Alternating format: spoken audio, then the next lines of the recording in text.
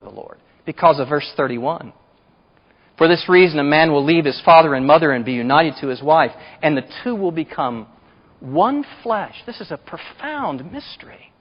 That two will become one. If that's really the case, that we spiritually as well as in flesh are united to one another before God, then to damage her is ultimately to damage myself. We do some strange math in our minds sometimes as men. We think that to diminish our wives is to elevate ourselves. Yet the opposite occurs. It's like saying a basketball works really well if it's inflated on just one side. No, it fails if both sides don't know the fullness of their intent. When I was in seminary, there was a couple that came over to play in our apartment. We were at Audubon Park, which was kind of the Gulf Drive of my era. We were in Audubon Park, lots of seminary couples there, and a seminary couple came over to play Uno with us one night. Now, enough of you still know how to play Uno, right? You get the cards lined up in order, and when you go out, just before you get out, you're supposed to say Uno, so other people have a chance to stop you. You know how to play that. We were playing, and the wife of the other couple kept almost winning. She would get her cards all lined up, but she wouldn't say Uno. It got embarrassing. We went around 2 or 3 times, and she just wouldn't speak. So finally we said, come on, guys, what's going on here? And the husband spoke. He said, well, a few weeks ago, we were in a social situation, and my wife said something that embarrassed me. And so we agreed that she would not speak in public until I gave her permission. Now, our first thought was, you can't play Uno that way. No, that wasn't our first thought. Our first thought was, how sad. A few weeks later, the husband, a seminary student, went into a spiraling depression. They left seminary. I have never seen them again. I don't know the course of their life. But what Kathy and I related later was, the real sadness is this. When he really needed her, when he needed her for strength, he had so diminished her that she could not help him.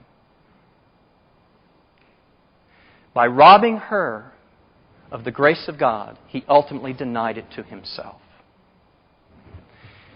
When we are Christ to our spouses, we are glorifying them, but we are ultimately sanctifying ourselves.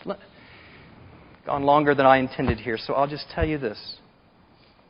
I am so thankful for my wife. I've already told you, my teenage years were in some ways kind of horrible. I was one of those very sensitive kids, the artistic side of the population, which means life wasn't always fun growing up. But particularly when I got into my middle teens and my parents' marriage got very rough, for a sensitive kid, that was really tough. And I know that what I did was I just, for a number of years, went on numb. I just calloused over. I just wasn't going to get hurt anymore. I didn't just go through seminary that way. I went into a marriage that way. I even went into a pastorate that way. I've had a wonderful life since. I've had positions and gone places and been able to do things I would have never dreamed. I've had a very blessed life.